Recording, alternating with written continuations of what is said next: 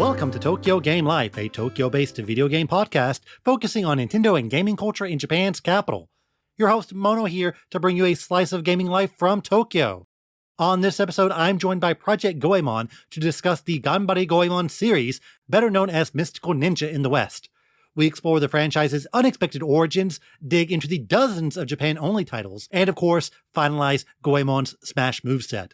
In the game section, I give some thoughts on the first part of Another Code Recollection, Another Code 2 Memories, which is a reimagining of the original Trace memory on the DS.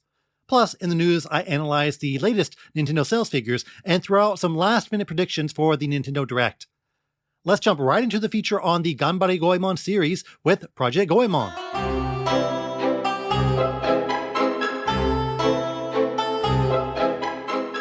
This episode's feature is about another iconic Japanese gaming franchise that doesn't often find its ways overseas. I'm talking about Konami's Ganbare Goemon, perhaps best known as Mystical Ninja in English. The long-running series blends Japanese culture and comedy, plus it's no stranger to Nintendo hardware. Joining me to chat all about the series is a special guest. So guest, please introduce yourself.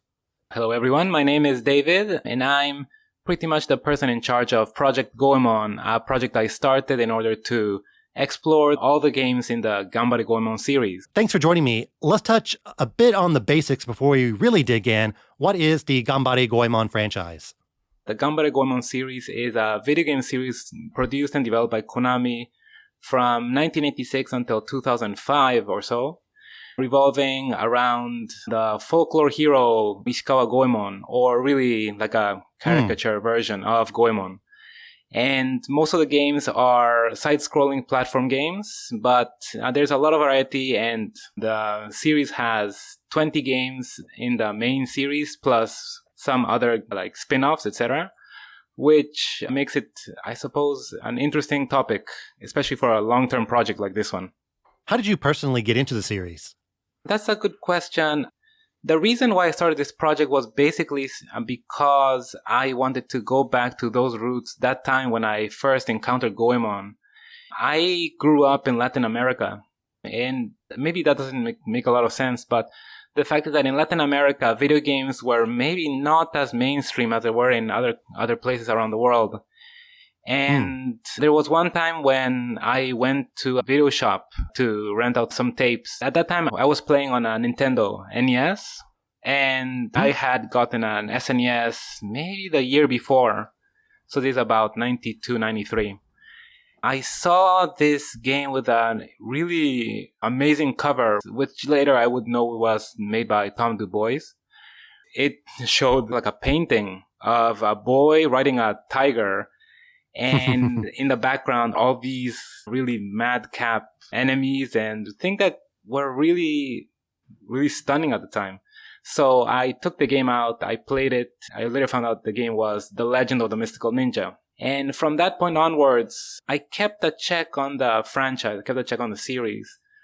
But it was maybe not until the N64, the Nintendo 64, when they had the second big game in the series for people outside Japan, which was Mystical Ninja starring Goemon, that the series really took shape for me.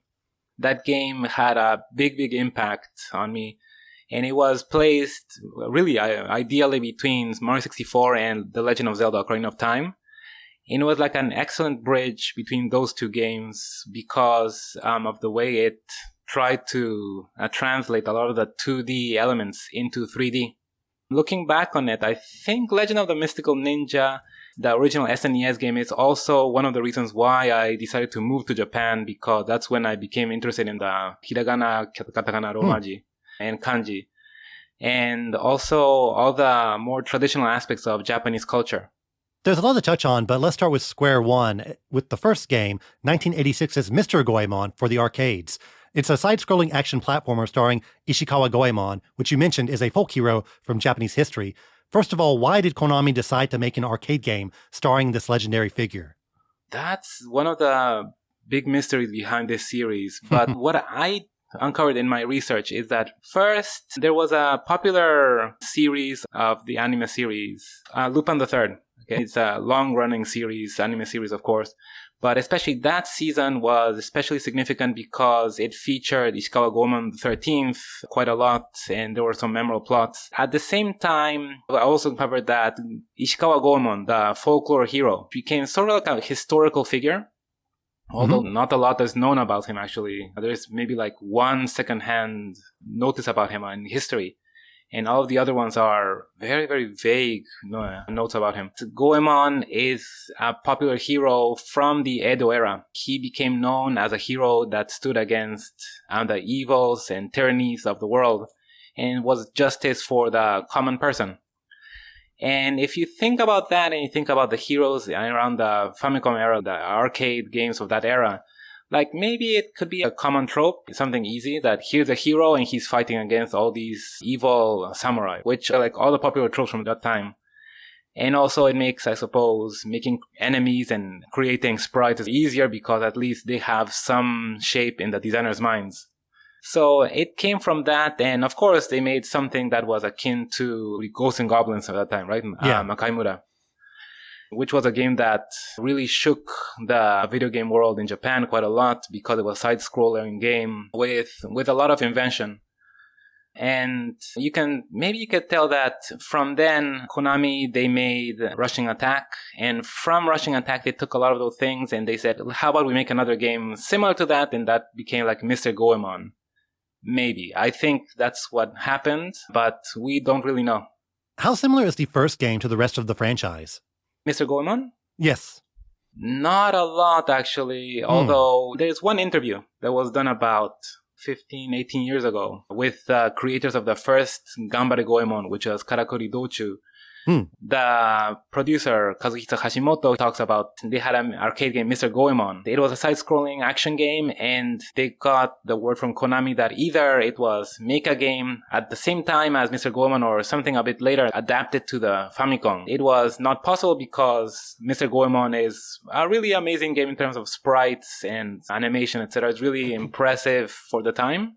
And when the producer Hashimoto tried to adapt it to the Famicom, he found out that it's really impossible. So he changed the focus. He said, okay, instead of moving just from left to right around towns in medieval Japan, in feudal era Japan, how about we let the player just move around the town completely? Just up, down, left, right. And how about we integrate things from other games? Some people would say that the first Ganbare Goemon game is like a mix of Mario plus Zelda, put them together with some other action elements. And that's what you get. You have a new setting with a lot of the familiar tropes, and the first game, Karakuri, then became the basis for the entire series. What really stuck out to me when doing research for the podcast is that, Goemon used to look completely different. He was much closer to the ukiyo-e art style instead of his more famous cartoonish look. When did the franchise become what we know it as today? The image that we know today was really cemented in Ganbare Goemon 2, Kiteretsu Shogun Maginas, which is the second game for the Super Famicom, which you could say is like the second generation of Goemon. You have the first generation of Goemon, which is the Famicom one, which has Ganbare Goemon, Karakuri Dochu, Ganbare Goemon 2, the RPG Gaiden. You have Legend of the Mystical Ninja, the first Super Famicom game, and Gaiden 2 plus the Game Boy game, Sarwata Ebisumaru. You have that first generation, which has more traditional elements of feudal Japan, Edo era Japan. And then from Ganbare Goemon 2, they took most of those elements, but left some of the more esoteric ones. They tried to make it wackier, more filled with comedy. They added a lot more friends and anime-style enemies. It's easier to understand, and at the same time it really had its original characteristics, original what we call now Goemon style game elements. The series seems to shift genres quite often. Sometimes it's a side-scroller, sometimes it's a top-down Zelda-like. Do you have a preferred style of gameplay? Is there a structure you think of when you think of a quote-unquote real Goemon game? It's difficult to say because I've played so many Goemon games now. I'm pretty much right now at the PlayStation era. And at the PlayStation era, you can see that they're trying to mix a lot of things, and it's not successful in general, maybe I would say. But the thing is that I think it depends a lot on what the developers, they wanted to really convey to the player. And I think, for example, like I said, Ganbare Goemon 2, Kiteretsu Shogun Magin is the second Super Famicom game. It's really amazing in the vision it has. Apparently, it was made with really 4 people for 60% of the game, of the development time. Oh, wow. And it really shows that they have like a clear vision of this is what we want to show, right? It's not my favorite game, but it's really amazing in the way it goes. Because I think my favorite aspect of the series is that it's like a video game tour of feudal Japan, of Edo era Japan. Like you go through the game from start to finish and you start from these areas. The game takes you to a certain place and the destination is not the point. The trip is always what it's really about. And I think that's what I like about it. My favorite game in the series, personally speaking, is Ganbare Goemon 3, which is Zelda-like with Metroidvania elements. And the way it tells the story, how it plays, how you find out things, and the way it shows everything, that's really amazing. I was really impressed. Which also reminds me that maybe one of my other favorite games is the last game in the series, Tokaido 2, for the DS, which is completely different in as much as it's an overhead perspective, but seen like a 3/4 view, like oblique perspective. And it's a game based on an ukiyo-e series by Utagawa Hiroshige. And what they did is that they Konami contacted a company that made these backgrounds based on the ukiyo-e prints. And they put them as backgrounds for Goemon and the other characters to just run around. And at that time, when I played that game, that really blew my mind because I thought, I can't believe that they did it. That they adapted ukiyo-e into a video game and they made it like this. And it's also very similar in as much as it's an exploration game, but it's very, very laid back. There's not a lot of risk to the player. You're just going through these vistas, right? Ukiyo vistas around, like historical vistas. And that's what really appeals to me about Goemon, actually. The first game localized was actually the 5th game in the franchise, known as The Legend of the Mystical Ninja. It then got 2 localized games on the N64 and then 2 Game Boy titles. Out of the localized games, which ones stand out to you? Of course, I think for everyone, Legend of the Mystical Ninja, the first SNES game, it really stood out to a lot of people because of its humor, because of the content, because it's something that you didn't see at all outside Japan, really. And in Japan, even then, they didn't have so many games based around like Edo era or that kind of thing in Japan. But in the West especially, it was like a big shock. And you see it in all the magazines and the reviews that at the time, I mean, you have the 90s style of humor where they say, oh, it's so wacky, like the wacky Japanese, etc. Right. But I mean, the game does play to that. But actually, it's the way it creates the atmosphere. The humor is really outstanding, actually. It's a really frustrating game later, after maybe about the level 5 or so, because of the way it's structured. But especially because also, I forgot to say that one of the elements that makes it memorable is that very early on, starting with Goemon 2 on the Famicom, it introduced simultaneous 2-player gameplay. So you can play it with a friend or my brother. And we played a lot through that game, actually, through Legend of Mystical Ninja. It's one of my most treasured memories. Which is interesting because later, when it came to the N64, the Goemon team, the development team, they tried to put simultaneous 2-player action in the game, but they failed because of the various things that they had to think about to make it into 3D.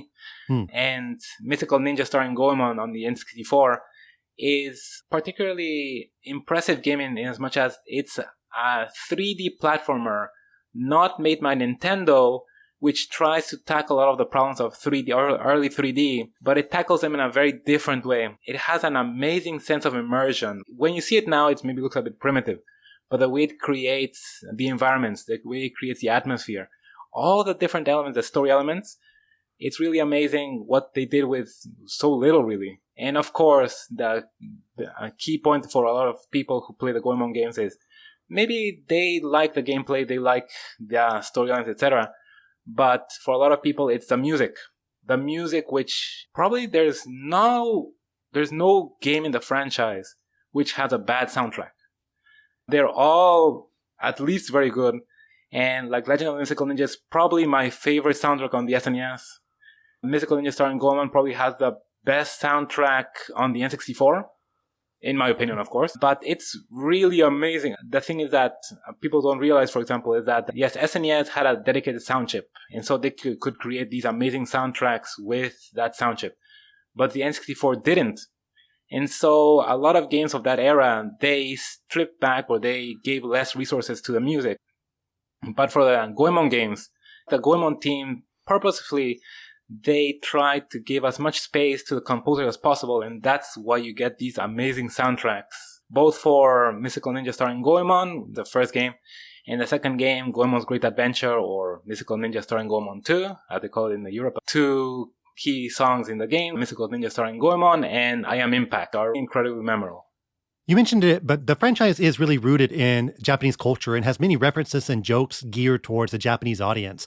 I've seen the Ganbare Goemon games labeled as quote-unquote too Japanese. Do you think there are elements in the game that are maybe off-putting to Western audiences? Or do you think that the franchise is appealing because it is so steeped into Japanese comedy and culture? I might say it's like a double-edged sword. It was a double-edged katana in some ways, you could say. Yes. In as much as, that's what its appeal. And also that's why, for example, Konami apparently was very hesitant about bringing it to the West. Konami, I think, had a strange relationship with the West. Like, they were very hesitant to release a lot of their games to the West, which were not aimed to a Western audience. And Goemon was like the exception that, like, it kind of proved the rule, because apparently Legend of Mystical Ninja and the N64 games did not sell that well. But at the same time, they have a huge cachet with the people who did like it. And I would say that I think it just goes both ways, actually. You can't separate the two. Goemon comes from a Japanese perspective, Japanese culture. And at the same time, it's off-putting if you're not into it. But if you do like it, I think you will like the Goemon games for sure. For those who have played the Western Goemon games and enjoyed them, what are some Japanese-only titles that you would recommend to them? Definitely the quadrology, or I don't know how to say it, but the 4 games in the Super Famicom series. If you take out Legend of Mystical Ninja, you have Ganbare Goemon 2, 3, and Kira Kira Dochu, the one set in outer space. The one that I would really recommend. And going back, I would say that I tried to play, now they're all translated, all the Famicom games too, especially Ganbare Goemon 2, which has also really a fantastic soundtrack. Gaiden 2, the second RPG, is really, really good. And one that a lot of people, I think, overlook because maybe it's a bit too simple, but the first Game Boy game, which had an official translation of sorts, which was included in a Game Boy Color compilation, which was released, I think, in around 1999 or 2000, only in Europe and PAL regions. Also called, very confusingly, Mystical Ninja starring Goemon, but it's the first Game Boy game. That has probably one of the most sophisticated storylines in the whole franchise, because you have to keep track of who's kidnapping who, what is happening, who's betraying who. There's a lot of factions, and that's really, it's a very simple game, but the storyline really makes it worth it. The last new Goemon game was 2005's Ganbare Goemon Tokaidochu Oedo Tinguri Kaeshi no Maki for the Nintendo DS. It's been nearly 2 decades since we've seen Goemon. Why do you think the series suddenly came to a halt despite having more than 20 games in the franchise up to that point? Well, the short answer is basically that the people in charge, they left Konami. But if I go back in time and go through the series, one thing that stood out to me analyzing the series is that I think Konami did not really expect Goemon to last for so long. That year when it was released in Japan, you get the feeling from all the documents that it was like Konami said, okay, this is where it stops. Like, we have the SNES game, we have the Game Boy game, we have the last RPG, and let's just end it here. And then people within the company, they were so excited about Goemon, they did a lot of things, and they restarted the franchise again with Ganbare Goemon 2 for the Super Famicom, and that started a new era. And then there was many fits and starts, and unfortunately, some of the games were not so good. And the last game, the DS game, was like a farewell to Goemon, because after everything that happened, they were leaving the company and they say, okay, for the last game we make, let's try to make something really special. And then this Goemon team, they went and they make their own company, especially the main producer, Itsunobu Ebisu. He made a company called Goodfeel, which has made a lot of games, and it has been in charge of a lot of development of a lot of Nintendo games too, I think. But Konami themselves, apart from two pachislo, like pachinko and slot games, they have not done anything with the franchise, mainly I think because they don't want to revive it really. It has not been a series that's been so popular outside of Japan. And also, I think there's some bitterness, there's some difficult things there, I think. Do you think Konami might one day put out a new Goemon game, or at least a collection of past titles? A new game, I think the chances are very low, to be honest. Because one thing that must be said that because there's a lot of humor, there's a lot of comedy in the Ganbare Goemon series, in that humor is kind of rooted really in late 80s, 90s Japanese culture. If they do make a new Goemon game, it's gonna feel very different. And a lot of the people who were involved in the Goemon games, they're not involved at all. So it'll be a new team making a Goemon game with a very different appeal and a very different approach. And it'll maybe turn out like the PlayStation games, which were made by new teams which did not really know what to do with Goemon, and it kind of shows in the games. But I am at least hopeful that they will put out a collection of the games, at the very least the Famicom games, the Super Famicom games, so that younger generations can maybe play and understand this aspect of Japanese gaming that was really appealing to a lot of people actually. You mentioned Goodfill. Last year they put out Mameda no Bakeru, which many have described as very Goemon-inspired. Have you given this game a try? And if so, what did you think about it? Maybe as you can tell that I'm not so young. And I have a family of my own. I have a son. He reads Koro Koro Comics, a popular comics magazine here in Japan that is aimed at elementary school-age children. Right. And he was reading about Mameda no Bakeru, about everything that was happening. But when he got his Nintendo Switch last year as his Christmas present, he chose that game out of his own volition with nothing. Me, I didn't say anything. He chose that game and said, yep, let's get it. And I've been watching him play it. I've been helping him a little, but I have been watching him play it. And I think it's a little unfair that they describe it like a Goemon successor of sorts. Because it's not really, I mean, yes, it has a lot of these elements from Goemon, like the traveling elements, like going all around Japan. But it's its own thing, it's its own series, and the humor is very, very different. It's really aimed at elementary school-age children who are interested in Japan and traveling around Japan. And unfortunately, I think that it's a little unfair because also I think a lot of people were expecting a new Goemon game from that, and when it didn't turn out that way, a lot of people, I don't know, kind of ignored it. And unfortunately, it's kind of reflecting the sales of the game. It hasn't been doing so well. Maybe because, I don't know, maybe the people who were looking forward to it, they were turned off by the aesthetic and the game itself. And the people who it might have been geared for, maybe they did not see the appeal so much. Let's talk about your work, Project Goemon. How did this project start, and what are some of your ongoing goals? It's the Project Goemon. It started, I don't know, 5 or 6 years ago, when I came to a certain age and I thought, what are some games that I've missed that I should be playing? Because I'm not so interested in so much in what people are playing right now. And when I thought about it, I came upon the Ganbare Goemon series and I thought, okay, I'll make it like a project of mine to just play through all the games in the series. And the more games I played, especially with Karakuri Dochu, what I discovered is that there's more to Goemon than just the Goemon games. All the history of Konami, a lot of the history of especially the early Famicom era, the Super Famicom era, and the transition to 3D, the Nintendo 64, PlayStation, is intertwined with Goemon in a really sophisticated and really interesting way. And I thought, okay, so I'll go through the games, I'll play through them, I'll write reviews, but also I'll write about everything that was happening around them. That has been a really worthwhile, really interesting trip. Unfortunately, right now, it's slightly on hiatus because of personal things, but I finished up to all the Super Famicom games. And I'm right now into the PlayStation era. I'm going chronologically through all the games.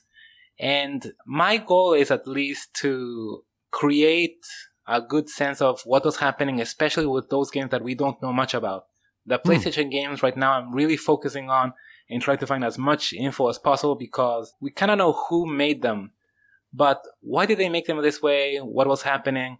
I think that's maybe one key point that I really want to leave, at least for the next generations to discover, because there's a lot of information about Goemon on the internet, but not a lot of good information, to be honest. And if I can make something that's useful for people to think about and to analyze about the Japanese development scene in the mid-1990s, I think that would be really useful for everyone, especially video game historians.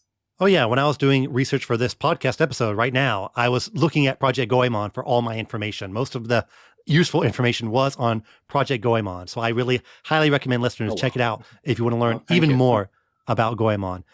So it's time to wrap up, and I need to bring out my ultimate question. If Goemon became a playable character in Smash Brothers, what should his moveset be? Maybe I should say that he has become like an official playable character of sorts. First, in the official Smash Brothers, he's like a costume, right? Yes, yes. But also, if people don't know, there's a project called Smash Remix, an unofficial project which patches the original Smash Brothers and puts a lot of characters and new stages, etc., which is really impressive. You can play as Goemon and Ebisumaru in that game. It's really recommended. The basic points are, of course, Goemon has his Kiseru pipe. Basically, he's just beating people with his Kiseru pipe. And maybe he has his supers from Legend of the Mystical Ninja. You train for them at the dojo. And you train for those supers and maybe riding the dragon or Goemon Impact.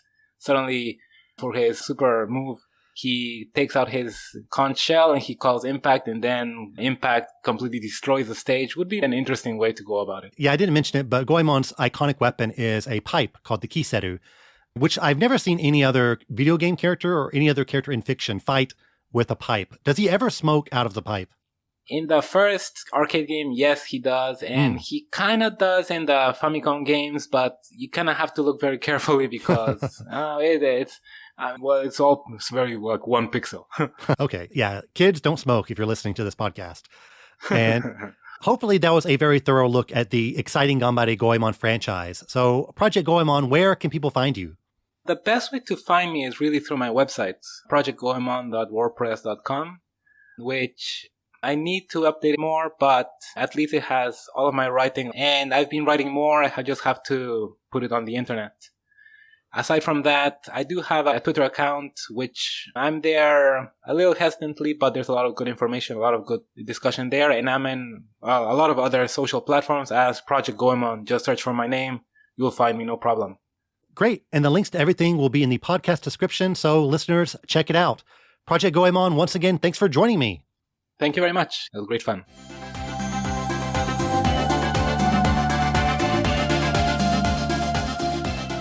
Okay, games time. Last episode, I talked about Another Code Recollection, the reimagining of the original DS and Wii games from the late 2000s. Well, I cleared the first game, Another Code 2 Memories, aka Trace Memory in the States, so let's talk about it. This is kind of a strange one because unlike most game collections, Another Code Recollection is both games merged into one continuous adventure. Same graphics, same presentation, same UI, and so on. I didn't beat Another Code Recollection technically, but instead the first part, which used to be its own separate game. Is any of this making sense? How they've reimagined these games is quite ambitious, especially for Nintendo remakes. So many Nintendo remakes stress faithfulness, almost to a fault. I don't want to say Recollection is like a Final Fantasy VII remake level of revisionism, but it is probably closer to something like RE2, 3, and 4, those remakes, in terms of the concept and how it completely changes up the gameplay. Like I mentioned last episode, I never played the series until now, so I have zero nostalgia for it. I'm going in completely fresh. And verdict? I enjoyed my time with it, but it does very much feel like, quote, my first adventure game. But I think that is the point. They want to introduce the genre to players who haven't experienced these types of games before. The premise is that you are a 14-year-old girl, Ashley Mizuki Robbins, who lands on an island one day looking for her father. You then team up with a ghost, yes, a ghost, and explore a seemingly abandoned mansion as you uncover the secrets of both your past and the past of the ghost named D. This is where the two memories come into play. The house is filled with puzzles, secrets, and an absurd amount of keys. You can think of it like Resident Evil, but without the zombies, which either sounds boring or sounds like a relief depending on what type of person you are. I am not a survival horror fan, so there is an appeal of doing all these weird puzzles in a cool-looking house without the threat of getting my throat ripped out. Each puzzle is pretty much completely unique, There are some with a similar execution, like merging items in your inventory, but most of the time each puzzle is something you've never encountered before in the game. Placing dolls, overlaying photos, finding safe combinations, arranging blocks, puzzles. None of these really blew my mind, and it can be a bit frustrating when you know how to solve it, but you aren't sure how the game wants you to go about it. Especially the photo overlay puzzle, where you need to put one on top of the other at a specific spot. Okay, which photo goes first? And then I'm at the spot, but what do I need to click on? But outside of a few annoying ones, most of the puzzles are fairly breezy to figure out. I'd say there's about one puzzle per room, and I'm sure if I counted there would be, 20 or so puzzles in the game? Really not a whole lot, but since this is a Japanese adventure game, the text and the story are more important than the puzzles. The real meat of the game is the conversations between Dee and Ashley, plus reading all the diaries and notes scattered around the house. If you're text adverse, maybe this game isn't for you. I can see some people jumping directly into the game, hoping for a lot of the Nintendo-style puzzles, but they are spaced out quite a bit and take a backseat to the story. But if you are here for the story, the one told in two memories is interesting enough to keep your attention. There's some twists, some obvious ones, but still twists, and I think the game has a surprisingly strong conclusion. At first you might be thinking, okay, I'm reading about all these people, but they don't really seem connected to me, and I don't get their importance. But I think the game does a great job in wrapping up all the plot threads. Two Memories in general is a pretty fascinating title in terms of its place in Nintendo's history, which we talked about a lot last episode. On the surface, it's a pretty straightforward text-heavy point-and-click adventure-style game with a somewhat somber and melancholy mood, pretty atypical of the titles Nintendo normally puts out. But it was also a game Nintendo pushed as part of their Blue Ocean strategy to reach people who weren't typical gamers. This game was there to show people that games can be focused on story with some light interactive elements. When we think of casual Blue Ocean Nintendo titles, we jump to Wii Sports or Nintendogs, but Another Code is also a piece of that strategy. Playing it in 2024 without the context, you might think, okay, this is a pretty easy visual novel, but I think players would get more out of the game if they contextualized it. It does make me wonder why Nintendo decided to make this. They didn't just slap two ROMs on a cart. This is a from-the-ground-up remake with a completely new perspective, new art style, and even the puzzles are wildly different. There are puzzles in the DS games that aren't in the Switch version and vice versa. And you might think, well, because the DS has such a unique input method, they replaced Puzzle A with Puzzle B. But no, it goes well beyond that. When you do the puzzles and what you do are completely different between the two games. Imagine if in the Ocarina of Time remake, the layout, puzzles, and boss fight in the Deku Tree were completely new. I really wish Nintendo did a dev interview about the game. I badly want to know, why did you go through the effort in bringing the original team back together? I guess this is just supposed to be a mystery. And I'm still waiting for the Super Mario RPG remake interview as well, so Nintendo, you have a big backlog of interviews I want to read. I'm a little bit into the second game, Another Code R. Even early on, it does feel distinctly different from the original game. Ashley is older and there are more NPCs, and the setting is completely different from the first game. The game is also supposedly much longer, around 10 to 15 hours compared to the 5 or 6 hours of Two Memories. The real meat of Recollection seems to be in this game, so I'll keep playing to see what Ashley gets up to, and just to see how different this game is from the first. It was built for Wii hardware, so I'm curious about how much more ambitious the game might be and what wacky motion puzzles await. Oh, I didn't mention it, but the actual Switch-related puzzles are fairly light. There's maybe 2 motion control puzzles in the entire game. I honestly would have preferred more wackier puzzles centered around the Joy-Cons and the HD rumble, the motion, the pointer, the IR camera, since those open up a lot of gameplay possibilities for a puzzle-focused title. Just look at all the crazy things you can do in WarioWare Move It. Right now, it is hard to definitively recommend Another Code Recollection. It's a full-price game, and there's plenty of competition out there. It's more fascinating as a piece of Nintendo history and perhaps even Japanese gaming history, since it captures such a specific moment in gaming for the country, while also calling back to a lot of classic titles. I'll still keep trucking through Another Code R and hopefully give a final verdict in an upcoming episode. But Mario vs. Donkey Kong comes out soon, and rumors have it that the toys are back in town. That's it for games, now for the news.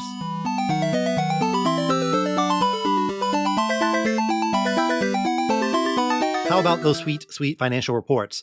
Often they drop them right after I drop an episode, so by the time the next one comes out, it's old news, but thankfully, they timed it a bit better this time around. Nintendo released their 9 months earning release up to December 31st of last year, including the Q4 numbers for a lot of titles. Switch is at 139 million, getting closer than not to that magic 150 million number where the PS2 and DS rest. Many assumed Switch wouldn't get near those numbers, but it very well could outpace both those platforms in a much more narrow window. It's hard to say if the Switch will cross the 150 million threshold, considering we don't know about the Switch 2's strategy.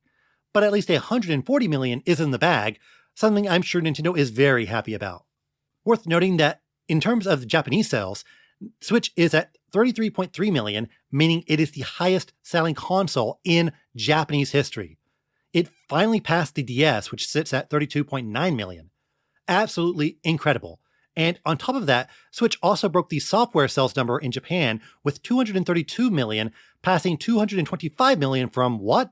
The Famicom. Yes, it took 40 years for the Famicom software record to be dethroned, but it happened.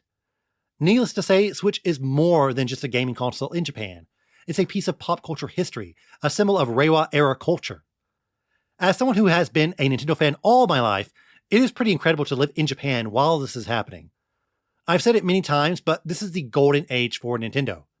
Not sure if it's all downhill from here, but let's just enjoy the moment. Software numbers, Mario Kart 8 Deluxe is at an absurd 60 million copies sold. Super Mario Party and Tears of the Kingdom both crossed 20 million. I've seen some discussion online about Tears slowing down quite a bit. It sold 18.5 million in its opening quarter, which was about 6 weeks, then under a million the next quarter, and under a million for Q4. I don't think this is anything to be too concerned about, or that there's some backlash against the game. It took Breath of the Wild nearly 4 years to reach 18.5 million sold, and after that it had several sub-million quarters in a row. Tears not having a big Q4 boost is pretty surprising though, but it had more competition with casual titles, and the Switch now has a much larger library than it did when Breath of the Wild came out. But still, 2/3 of everyone who bought Breath of the Wild bought Tears of the Kingdom in the first 6 weeks, so it's undoubtedly a massive success. And Breath of the Wild is still selling. It moved 400,000 this past quarter.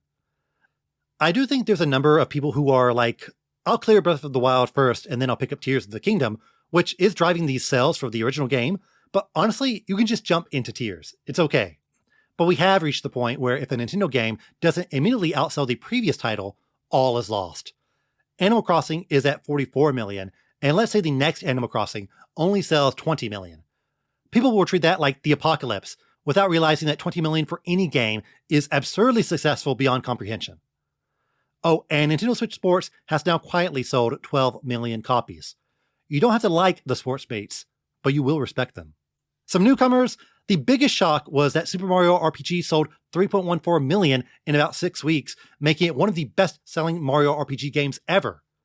It's behind Bowser's Inside Story, which is around 4 million, and if you want to count Super Paper Mario and Origami King as RPGs, yes, it is slightly behind those as well.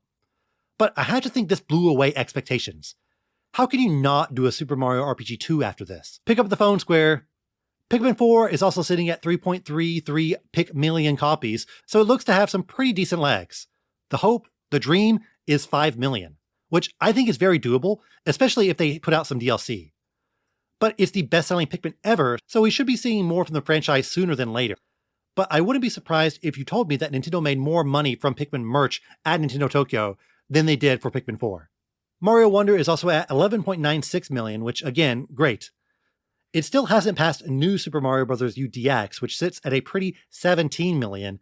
Both are excellent games you should buy. Mario games in general got a big bump thanks to the movie, and I expect 2024 and the Switch 2's launch will be very, very Mario focused. Numbers are up, and I'm pretty sure everyone's happy. Though I'm not looking forward to everything basically going back to zero once the Switch 2 launches. Whatever Mario Kart 9 debuts at, people will freak out despite it having the most meaningless launch sales for any game ever. I do expect the Switch software to keep selling even while Switch 2 is out, especially if there is a focus on backwards compatibility. And hey, rumors say that a Nintendo Direct is a few days away. But I don't have super high expectations for the Direct. But I might as well toss out some predictions now. First of all, it is sort of going to be a swan song for the Switch. I fully expect the June Direct to focus on Switch 2 titles. I'm not expecting any huge game announcement to fill out the calendar until Switch 2 launches either. The only exceptions would be the heavily rumored remake of Fire Emblem 4 and that other 4 game, Metroid Prime 4. If Prime 4 is technically impressive at all, you might as well just save it for a cross-gen title for Switch 2. For Fire Emblem, Engage sits around 2 million, which is notably under 3 houses, But I don't think people are burned out on the series, and a remake of 4 would still sell 1 to 2 million copies as the baseline, considering the game is highly regarded and might get some nostalgia bias in Japan. Other titles, I do expect a few more ports and remasters. I think a Luigi's Mansion 1 remaster is absolutely coming, if not a shadow drop. I can see it being a $30 Hagi port similar to Pikmin 1+2 and Sunshine. It doesn't make sense to have 2 and 3 on Switch, but not 1, so yeah, it's coming. I do think it will be the GameCube game and not the 3DS version. But I wouldn't be surprised to see another 3DS upres. Kid Icarus is the dream, but I'm not sure they would just pull that out of nowhere, and I can see Sakurai wanting to get involved with it. Triple Deluxe and Robobot are just sitting there waiting to be remastered, but honestly, I would prefer a remake akin to Return of the Dreamland Deluxe for Robobot, since that is my favorite Kirby game and deserves way more love than just an upres port in the last month of the Switch's life. And another game that could be shadow dropped that I think a lot of people have forgotten about, Super Mario Galaxy 2. We are in the midst of Mario Mania, so a random Mario game dropped out of nowhere would make some sense. And of course, a smattering of indies and third-party games. Will Dragon Quest III HD reappear? Is the Final Fantasy Tactics remake real? Another Katamari remaster? We will know very, very soon. I do have one more episode before Pokemon Day, but let's just throw out some of those predictions now. A lot of people are suspecting something Unova related, and that very well could be a big possibility.